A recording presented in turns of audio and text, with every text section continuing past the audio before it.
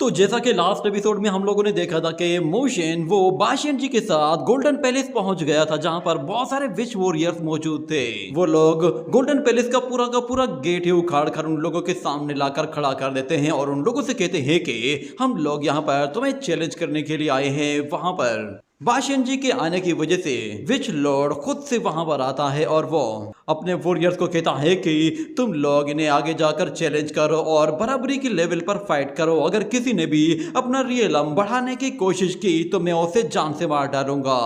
ये कहने के बाद फिर बाशियन जी मोशन से कहता है कि तुम जाओ और हमारी ही तरह इन लोगों को बहुत ही बुरी तरह मारना। मगर मोशन कहता है कि मेरे मास्टर्स को तुम लोगों को मारने में बहुत ज्यादा लंबा टाइम लगा था, पर मैं तुम सब लोगों को एक ही दिन में निपटा सकता हूँ। ये सुनकर वो सारे के सारे विच वॉरियर्स बहुत ज्यादा हैरान हो गए थे और मोशन उन लोगों से कहता है कि गोल्डन पैलेस में जितने भी वॉरियर्स हैं मैं उनमें से एक को भी नहीं छोड़ूंगा और आखिर में मैं इस गोल्डन पैलेस को भी डिस्ट्रॉय कर दूंगा और मैं तुम्हारी डिग्निटी को अपने जूते की नोक पर रखता हूँ। ये कहने की ही देर थी कि वो सारे के सारे विच वॉरियर्स भड़क जाते हैं और एक सीनियर विच वॉरियर फिर अपने साथियों से कहता है कि तुम लोग जाओ और जाकर इसका सफाया करो। ये कहने की ही देर थी कि एक वॉरियर बहुत ही तेजी से हमला करने के लिए आता है, मगर मोशन उसकी लॉन्ग बॉडी को पकड़ता है और बहुत ही जोर से जमीन पर दे मारता है और अपने बुचर नाइफ का इस्तेमाल करते हुए उसे काट कर टुकड़े टुकड़े कर देता है। ये देखकर बाकी के विच वॉरियर बिल्कुल हैरान रह गए थे, मगर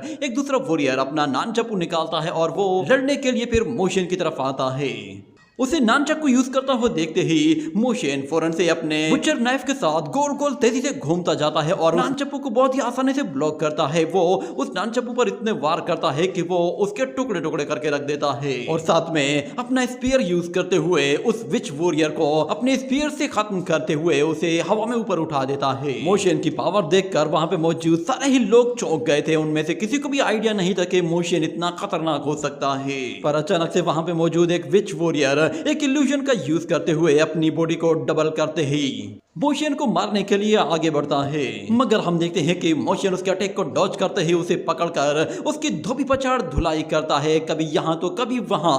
उसे मारते मारते उसकी हड्डी पसली तोड़ कर रख देता है। वो विच वॉरियर अपने क्लोन का इस्तेमाल करने के बावजूद भी मोशन का कुछ भी नहीं बिगाड़ पा रहा था और फिर मोशन को मारने के लिए वो अपने एक मिरर का इस्तेमाल करता है और कहता है कि एक मर्तबा मैं तुम्हारी सोल को रिफाइन कर दूं तो फिर मैं अपने ब्रदर का बदला ले पाऊंगा। यहाँ पर एक वॉरियर मोशन को हैंडल कर रहा होता है और दूसरा उसे अपने उस मिरर टेक्निक के जरिए मारने की कोशिश करता है। ये देखते ही मोशन फौरन से अपनी सोट बाहर निकालता है और सोट के साथ सामने मौजूद वॉरियर को वहीं पे ही निस्तो नाबूद कर देता है और पिंक बॉल्स का इस्तेमाल करते ही वहां पर हर जगह फ्यूम फैला देता है, जिसकी वजह से वो क्लोन वापस से अपनी रियल बॉडी में चला जाता है। तो मोशन भी उसके पीछे पीछे जा पहुंचता है और अपने नाइफ के साथ उसका सर धड़ से अलग कर देता है, जिससे उस वॉरियर का भी वहीं खात्मा हो जाता है। और मोशन उन लोगों से कहता है चलो तो इस खेल को अब कंटिन्यू करते हैं। ये देखते ही वहां पे मौजूद एक सीनियर विच वॉरियर वो दो लोगों से कहता है कि तुम दोनों एक साथ जाकर हमला करो। ये सुनते ही वो सारे के सारे वॉरियर फिर एक साथ ही उस पर टूट पड़ते हैं और हमें दिखाया जाता है कि मोशन यहाँ पर अपने बुचर नाइफ स्किल्स का इस्तेमाल करते हुए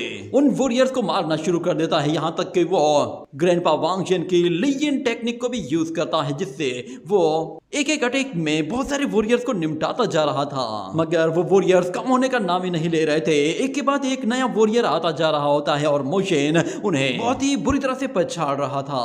वो एक वॉरियर को इतना जोर से पंच मारता है कि वो पिलर्स को तोड़ते हुए वहां से बहुत ही दूर जा गिरा था। यहाँ पर मोशन अपनी फुल पावर को यूज कर रहा होता है और साथ में वो किसी पर कोई तरस नहीं खा रहा था, क्योंकि उसे पता था कि इन वॉरियर्स ने बहुत सारे डाशू वॉरियर्स को मारा है। वो आज उन सब का बदला लेने वाला था और हमें वहां पर सिर्फ और सिर्फ विच वॉरियर्स के चिल्लाने की आवाजें आ रही होती है। यहाँ तक कि मोशन के अपने दोस्त भी उसे इस तरह मार धाड़ करते हुए नहीं देख पा रहे थे। वो बहुत ही बेरहमी से उन लोगों का कत्ल कर रहा था, मगर वो वॉरियर्स भी खत्म होने का नाम ही नहीं लेते। एक के बाद एक नया वॉरियर आता जा रहा होता है और मोशन अपने बुचर नाइफ के साथ उन्हें काटता जा रहा था। देखते ही देखते वहां पर लाशों के ढेर लगना शुरू हो जाते हैं। उसने कुछ ही देर के अंदर उस टेंपल में मौजूद बहुत सारे लोगों का सफाया कर दिया था और हर तरफ हमें बस खून ही खून दिखाया जाता है। मोशन ने हर तरफ खून की बारिश सी कर दी होती है, जिसकी वजह से पूरा का पूरा गोल्डन टेंपल अब रेड टेंपल में चेंज होने लगा था। एक वॉरियर कहता है कि हमारे 40 पावरफुल वॉरियर यूं इतनी आसानी से कैसे मार दिए गए, और मोशन उन लोगों से कहता है चलो आ जाओ, तुम लोगों को बहुत शौक है ना लोगों की सोल्स को एब्जॉर्ब करने का। आज मैं तुम्हें दिखाता हूँ कि सोल हार्वेस्टिंग कैसे की जाती है। इतना कहने की ही देर थी कि एक पावरफुल वॉरियर जिसके पास बड़े बड़े विंग्स होते हैं वो फौरन से मोशन से लड़ने के लिए उसके सामने आ जाता है। उसे वहां पर देखकर एक किंग लेवल का वॉरियर कहता है कि सिमारो इसकी वीकनेस इसका लेफ्ट शोल्डर है, क्योंकि इसकी लेफ्ट साइड पर इसकी टेक्निक्स परफेक्टली काम नहीं करती, यानी कि अगर तुम इसके लेफ्ट शोल्डर की साइड से हमला करोगे तो ये वीक पड़ जाएगा।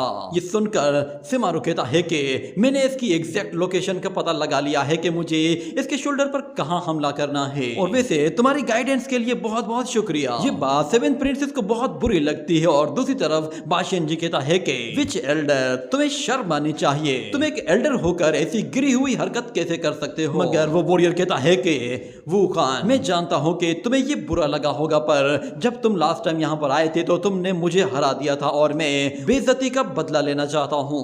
मैं नहीं चाहता कि हम लोग दोबारा से तुमसे हारें, इसीलिए तुम्हें हरा कर मैं पुराना सारा हिसाब किताब चुकता करूंगा। ये सुनते ही बाशियन जी जोर जोर से हंसना शुरू कर देता है और कहता है कि तुम लोग जितने भी हो बहुत वीक हो, कहीं ऐसा ना हो कि मुझसे लड़ते हुए कहीं तुम लोग जान से मारे जाओ। अगर तुम्हें मुझसे फाइट करने का शौक है तो फिर मेरे साथ स्नो माउंटेन तक चलो, वहां मैं तुम लोगों को आसानी से निपटा दूंगा। ये कहने के साथ ही बाशियन जी एक जोरदार स्प्लैश अटैक करता है जो कि सीधा उन वॉरियर्स की तरफ जा रहा होता है और सीधा जाकर उन्हें हिट कर जाता है। पर हमें दिखाया जाता है कि विच लॉर्ड ने उस अटैक को बहुत ही आसानी से झेल लिया था और वो अपने बाकी के विच हैंड्स को यूज करने के लिए पूरी तरह से एक्टिव करना शुरू कर देता है और अपने जूनियर से कहता है कि मेरे साथ चलो। ये कहने के साथ ही वो लोग फौरन से बाशियन जी का पीछा करते हुए सीधा स्नो माउंटेन की तरफ चले जाते हैं, और यहाँ पर मोशन उन्हें जाते हुए देखता है तो उसे याद आता है कि बाशियन जी ने उससे कहा था कि ये स्क्रॉल वक्त आने पर यूज कर लेना, उम्मीद है कि तुम्हें इसकी जरूरत नहीं पड़ेगी। ये याद आने के बाद वो कहता है कि अब समझ में आया, सीनियर इन सब लोगों को यहाँ से दूर ले जा रहा है ताकि वो चाहता है कि मैं छुपकर पैलेस के अंदर जाकर वो कीमती ट्रेजर चुरा कर बाहर ले आऊं। मगर उस गोल्डन पैलेस के बाहर अभी भी 4 किंग लेवल के विच वॉरियर्स मौजूद होते हैं। मगर मोशन कहता है मुझे इसकी कोई परवाह नहीं, चलो आ जाओ। इतने में वो बहुत ही तेजी से जाते हुए अपने सामने मौजूद उस विच वॉरियर को जोर से पंच दे मारता है, पर वो वॉरियर उसके अटैक को आराम से झेल लेता है और कहता है कि तुमने 40 से ज्यादा वॉरियर्स के साथ फाइट की है, तुम्हारी एनर्जी काफी कमजोर हो गई है। ये कहने के बाद वो अपने गोल्डन विंग्स का इस्तेमाल करता है और उससे बहुत सारे गोल्डन फीदर्स रिलीज करता है, जिससे वो मोशन के ऊपर फीदर्स की बारिश कर देता है। मगर हमें दिखाया जाता है कि मोशन उसके हर एक अटैक को ब्लॉक कर रहा होता है। ये देखते ही वो अपने फीदर्स को वापस से अपने पास बुला लेता है। ये देखने के बाद वो वॉरियर मोशन को एक इल्यूजन के अंदर ट्रैप करके मारने की कोशिश करता है ताकि मोशन को वहां से भागने का कोई भी मौका ना मिले। वो उसे एक डोमेन के अंदर कैद करता है और वहां पर हमें बहुत बड़ी बड़ी आईज ओपन होते हुए दिखाई जाती हैं और वो वॉरियर उन बड़ी बड़ी आईज के साथ पावरफुल एनर्जी अटैक्स रिलीज करना शुरू करता है। तो वो अटैक इतने ज्यादा होते हैं कि मोशन को उनसे बचने में काफी ज्यादा दिक्कत का सामना करना पड़ता है। वो हर डायरेक्शन से आ रहे होते हैं पर मोशन उन्हें फिर भी ब्लॉक करने में कामयाब हो जाता है और ऊपर से फिर वो वॉरियर ये देखकर मोशन को मारने के लिए खुद से वहां पर जाता है। और अचानक से यहाँ पर मोशन जैसे ही एक जगह आता है तो वहां पर भी एक आई ओपन होती है और उससे कुछ हैंड्स बाहर निकलते हैं जो कि उसे पकड़ने की कोशिश करते हैं और वहां पर फिर बहुत सारी आईज अपीयर होना शुरू हो जाती हैं जो कि उसे चारों तरफ से कवर करती हैं और पकड़कर वहीं पे ही लॉक करने की कोशिश करती हैं। मगर अचानक मोशन एक हाथ को पकड़कर बाहर खींचता है तो वो हाथ जिस जगह गिरता है वहां पर भी एक आई अपीयर हो जाती है और उस आई के अंदर से एक पूरा का पूरा वॉरियर ही बाहर निकल आता है।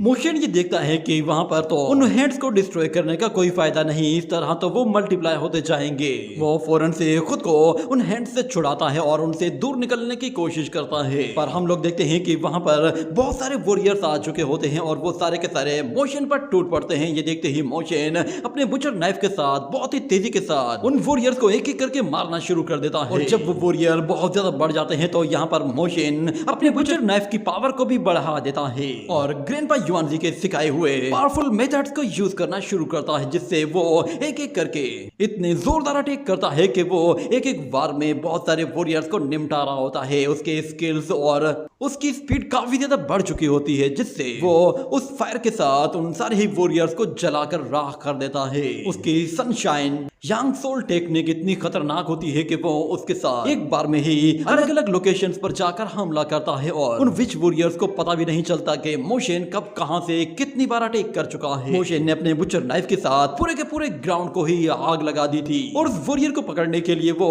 सोल रिफाइनमेंट मेथड को यूज करता है, जिसके साथ वो उसकी बॉडी से उसकी सोल को एक्सट्रैक्ट करना शुरू करता है। तो वो वॉरियर बहुत ही जोर से चिल्लाना शुरू कर देता है क्योंकि इससे उसे काफी तकलीफ होती है। मगर इसी बीच में वो वॉरियर अपने फीदर्स को कंट्रोल करते हुए उससे मोशन को मारने की कोशिश करता है। तो मोशन फौरन से उससे दूरी बनाकर पीछे हटता है और वो वॉरियर उसके ऊपर फीदर्स की फिर से बारिश कर देता है। ये देखते ही मोशन लाइटनिंग स्पीड से उस पर एक जोरदार वार करते ही उसके दूसरी तरफ निकल जाता है। ये देखकर सारे ही लोग चौंक गए थे कि आखिर इस लड़ाई का विनर कौन है। दोनों के बीच में एक खतरनाक अटैक हुआ है, मगर वो अटैक हुआ किस पर है इसके बारे में किसी को कुछ पता नहीं था।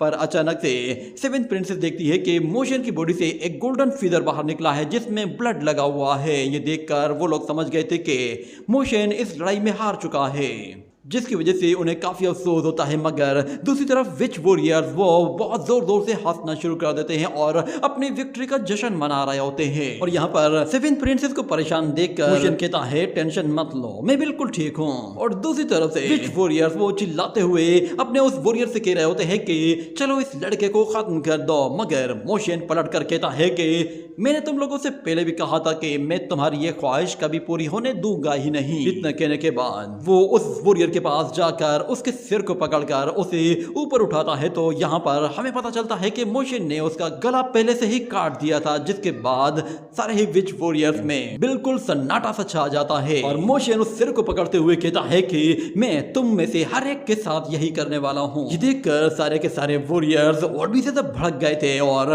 मोशन को मारने के लिए बिल्कुल उतावले हो रहे थे। और यहाँ पर सेवेंथ प्रिंसेस कहती है कि तुम्हारे लेफ्ट शोल्डर पर ब्लड किस चीज का है। तो मोशन कहता है वो ब्लड मेरा नहीं। पर यहाँ पे खड़ा हुआ एक किंग वो एक एलिफेंट वॉरियर को इशारा करते हुए आगे बढ़ने के लिए कहता है। तो वो एलिफेंट कहता है कि सिमारू वो भले ही काफी ताकतवर था, मगर उसने अपने स्किल्स को परफेक्टली मास्टर नहीं किया था। ये कहते हुए वो अपना एक डेमोनिक हैमर भी बाहर निकाल लेता है जो कि थोड़ा सा अजीब टाइप का होता है।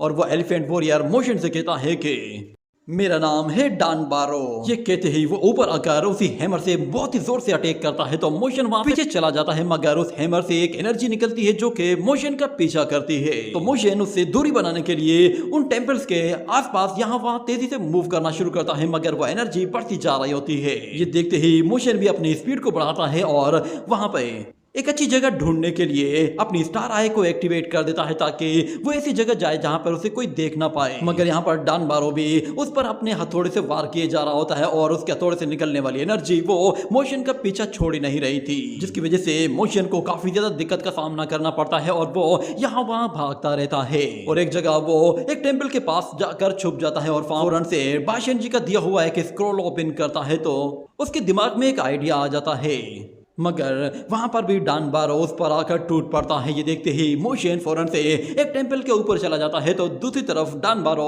से भी ज्यादा ऊपर निकल जाता है और उससे कहता है कि बच्चे तुम बहुत बुरे फंसे हो, तुम्हारा सर अब जाने वाला है। ये कहने के बाद वो एक जोरदार प्रेशर रिलीज करता है, जिससे वहां पर इतना जोर का धमाका होता है कि मोशन की बॉडी फटकर टुकड़े टुकड़े हो जाती है और डान बारो वो फौरन से नीचे आ जाता है। किसी को कुछ पता नहीं था कि वहां पर हुआ क्या है, मगर हमें दिखाया जाता है कि डान बारो के हाथ में मोशन का सिर होता है और वो हंसते हुए उस सिर को सब लोगों की तरफ दिखाते हुए कहता है कि मैंने इसे मार दिया है। ये देखते ही विच वॉरियर्स में खुशी की लहर दौड़ जाती है और वो सारे ही झूम जाते हैं। उनके लिए ये विक्ट्री एक बहुत बड़ी विक्ट्री थी। मगर सेवेंथ प्रिंसेस और हुवर लिंगर को यहाँ पर एक सदमा सा लगता है और दोनों ही यकीन नहीं कर पाते कि मोशन यहाँ पर ऐसे मारा जा सकता है। हुवर लिंगर कहती है कि ये मोशन नहीं हो सकता, जरूर ये कोई और है, मगर वो न्यू कहता है कि ऐसा कुछ नहीं, तुम्हें बस सब्र करना होगा। और यहाँ पर सेवेंथ प्रिंसेस को चक्कर आना शुरू हो जाते हैं। वो इस सदमे को बर्दाश्त नहीं कर पा रही थी कि उसे मोशन के साथ बस कुछ ही टाइम हुआ था, उसने मोशन को इतनी अच्छी तरीके से जान लिया था और उन दोनों के बीच में इतनी नजदीकियां बढ़ गई थी कि वो दोनों एक दूसरे को अब पसंद करने लगे थे। मगर अचानक से मोशन की डेथ ने उसे सदमे में डाल दिया था। और ऊपर से वो किंग विच वॉरियर्स कह रहे होते हैं कि डैन बारो सच में काफी ग्रो कर चुका है, उसका टैलेंट रिकॉग्नाइज करना चाहिए। और ऊपर से सारे विच वॉरियर्स तो डैन बारो के नारे लगाना शुरू कर देते हैं। और दूसरी तरफ विच वॉरियर्स वो सेवेंथ प्रिंसेस और बाकी लोगों के बारे में कहते हैं कि इन यानकांग वॉरियर्स को भी इसी तरह कुत्ते की मौत मारना है। मगर सेवेंथ प्रिंसेस वो फौरन से अपना वो हैमर उठाती है और कहती है कि अगर मोशन मर चुका है तो क्या हुआ, मैं अभी भी इस गेट को ब्लॉक करूंगी और तुम लोगों को चैलेंज करूंगी, मैं उसकी मौत को ऐसे जाया जाने नहीं दूंगी। और वहां पे मौजूद एक विच किंग वो अपने दूसरे साथी से कहता है कि बस यहाँ पर एक ये लड़की बची है, इसे मारने में ज्यादा टाइम नहीं लगेगा, तुम जाओ और जाकर स्नो माउंटेन में सिचुएशन देखो कि वहां पर क्या सिचुएशन है और विच लॉर्ड को बताओ कि हमने एक वॉरियर को ठिकाने लगा दिया है। यहाँ पे हमें दिखाया जाता है कि बाशिन जी वो उन लोगों पर कहर बनकर टूटा हुआ होता है और बहुत सारे विच वॉरियर्स को मारकर उनके टुकड़े टुकड़े कर चुका था। मगर एक वॉरियर वो विच लॉर्ड के पास आता है और उसे बताता है कि उन लोगों ने उस एरोगेंट लड़के को मार दिया है। ये सुनकर बाशिन जी को भी एक झटका सा लगता है और फिर विच लॉर्ड वो बाशिन जी से कहता है कि वुखान तुम्हें बस अब हार मान लेनी चाहिए, तुम यहाँ पे ज्यादा देर मुकाबला नहीं कर पाओगे। और दूसरी तरफ से डैन बारो वो वापस नहीं जाता तो उसके सीनियर्स कहते हैं कि वो वापस क्यों नहीं आ रहा। तो फिर एक सीनियर कहता है जरूर वो इंजर्ड हुआ होगा, वो इंजर्ड होने के बाद अपने जख्मों को दोबारा से हील करना चाहता होगा, इसीलिए वो कहीं पे बैठा हुआ होगा। ऐसा करो कि उसे ट्रेजर पवेलियन में लेकर जाओ और वहां से उसे कोई अच्छा सा ट्रेजर दिला दो, ये उसका रिवॉर्ड है। और ऊपर से जब वो जल्दी से हील हो जाएगा तो वो आगे की सिचुएशन के लिए हमारे काम आएगा। अगले सीन में हमें दिखाया जाता है कि डैन बारो को एक रिवॉर्ड देने के लिए उसे ट्रेजर पवेलियन में लाया जाता है। वहां पर एक और विच वॉरियर मौजूद होता है और डैन बारो ने अभी भी मोशन का सिर अपने हाथ में पकड़ा हुआ था। वो उस ट्रेजर पवेलियन के बाहर जाकर खड़ा हो जाता है और वहां पे मौजूद एक गार्डियन कहता है कि ये हमारा ट्रेजर वॉल्ट है। आखिर डैन बारो यहाँ पर क्या कर रहा है? तो डैन बारो कहता है कि मैंने यानकांग के एक वॉरियर को मार दिया है जिसने हमारे गेट को ब्लॉक किया था और उसके पास एक बहुत ही खास और कीमती स्वॉर्ड थी जो कि मैंने हासिल कर ली है। मैं इस स्वॉर्ड को अपने पास नहीं रखना चाहता, ये स्वॉर्ड विच लॉर्ड के काम आएगी, इसीलिए मैं ये ट्रेजर वॉल्ट में देना चाहता हूँ। वो गार्डियन जब उस स्वॉर्ड को देखता है तो वो भी पहचान जाता है कि ये टॉप 16 स्वॉर्ड में से एक स्वॉर्ड है, यानी कि ये नॉर्मल ट्रेजर्स में सबसे ज्यादा कीमती है। और ऊपर से उनके पूरे के पूरे गोल्डन पैलेस में ही इस तरह का कोई वेपन नहीं था। और ऊपर से वो डैन बारो को कहता है कि तुमने जो ये काम किया है इसकी बराबरी कोई भी नहीं कर सकता, तुमने बहुत ही बड़ा कारनामा कर दिखाया है, तुम सच में ट्रेजर के हकदार हो, विच लॉर्ड सच में तुम्हें बहुत ही बड़ा गिफ्ट दे सकता है। ये कहने के बाद वो गार्डियन उस स्वॉर्ड को लेकर फौरन से ट्रेजर वॉल्ट में जाने वाला होता है तो पीछे से डैन बारो कहता है कि सीनियर मेरी एक रिक्वेस्ट है, मैं क्या आपके साथ एक मर्तबा ट्रेजर वॉल्ट में आ सकता हूँ? मैं बस देखना चाहता हूँ कि अंदर किस तरह के ट्रेजर्स मौजूद हैं। ये बात सुनकर वो गार्डियन थोड़ा सा हैरान होता है कि आखिर ये अंदर क्यों आना चाहता है। मगर डैन बारो कहता है कि मैं जानता हूं कि विच लॉर्ड इस स्वॉर्ड के बदले में मुझे कोई ना कोई ट्रेजर जरूर देंगे, इसीलिए मैं अंदर जाकर इन ट्रेजर्स को एक बार देखना चाहता हूं। अगर मुझे विच लॉर्ड ने ट्रेजर ऑफर किया तो फिर मैं इन ट्रेजर्स में से किसी एक को चुन लूंगा। ये बात सुनकर वो गार्डियन कहता है अच्छा ठीक है, तुम मेरे साथ आ जाओ। ये कहने के साथ ही वो उसे उस ट्रेजर वॉल्ट की तरफ ले जाता है और हमें दिखाया जाता है कि वो वहां पे उस गेट को खोलने के लिए एक सीक्रेट मेथड का इस्तेमाल करता है और उसके हाथ में एक छोटी सी ट्रेजर बॉल होती है जिसके जरिए वो उस सीक्रेट दरवाजे को अनलॉक करने की कोशिश करता है। उस छोटी सी बॉल में उस दरवाजे को खोलने का एक सीक्रेट मेथड मौजूद होता है। और यहाँ पर वो गार्डियन फिर डैन बारो से कहता है कि एक बात याद रखना कि तुम सिर्फ ट्रेजर्स को देख सकते हो, उन्हें छूने की इजाजत नहीं। हमें दिखाया जाता है कि वो दरवाज़ा जैसे ही खुलता है तो वहाँ पर विश लॉर्ड की एक पावरफुल सील लगी हुई होती है और उन सील्स के अंदर बहुत सारे बीस्ट मौजूद होते हैं। और वो गार्डियन फिर डान बारो से कहता है कि अगर तुमने गलती से भी विच लॉर्ड की सील को एक्टिव कर दिया तो इनके अंदर मौजूद जितने भी एविल स्पिरिट्स हैं ये सारी की सारी तुम पर हमला कर देंगी। इतना कहने के बाद वो उस छोटी सी बॉल के जरिए उस पैटर्न को खोलने के लिए अलग अलग कोड्स लगाना शुरू करता है। तो यहाँ पर डान बारो वो अपनी फिंगर्स के जरिए उन कोड्स को याद कर रहा होता है। जैसे जैसे वो गार्डियन उस दरवाजे को खोलता है तो डान बारो भी उस पूरे के पूरे प्रोसेस को अच्छी तरह से याद कर लेता है। जिसके बाद हमें दिखाया जाता है कि वो लोग जैसे ही उस दरवाजे से अंदर जाते हैं तो वहां पर पहले तो उन लोगों को काफी तेज रोशनी दिखाई देती है और हम देखते हैं कि यहाँ पर मोशन का सिर वो अपने आप ही अपनी एक आंख खोलता है। और ट्रेजर वोल्ट के अंदर आने के बाद डान बारो वहां पर हर जगह देखता है, उसे वहां पर ऐसा कोई खास ट्रेजर दिखाई नहीं दे रहा था जिसकी उसे तलाश थी। वो उस गार्डियन से कहता है कि आखिर यहाँ पर ट्रेजर्स हैं कहाँ पर। तो वो गार्डियन कहता है जरा सब्र करो, इतनी भी क्या जल्दी है, तुम्हें ये ट्रेजर्स नजदीक से जाकर देखने होंगे। जैसे ही वो उस एनर्जी बॉल को उन ट्रेजर्स के पास ले जाता है तो उनके पास मौजूद जो बैरियर होता है वो अपने आप ही हट जाता है और वो ट्रेजर्स फिर डान बारो को क्लियरली दिखाई दे रहे होते हैं। मगर वो ट्रेजर्स उसके किसी काम के नहीं थे।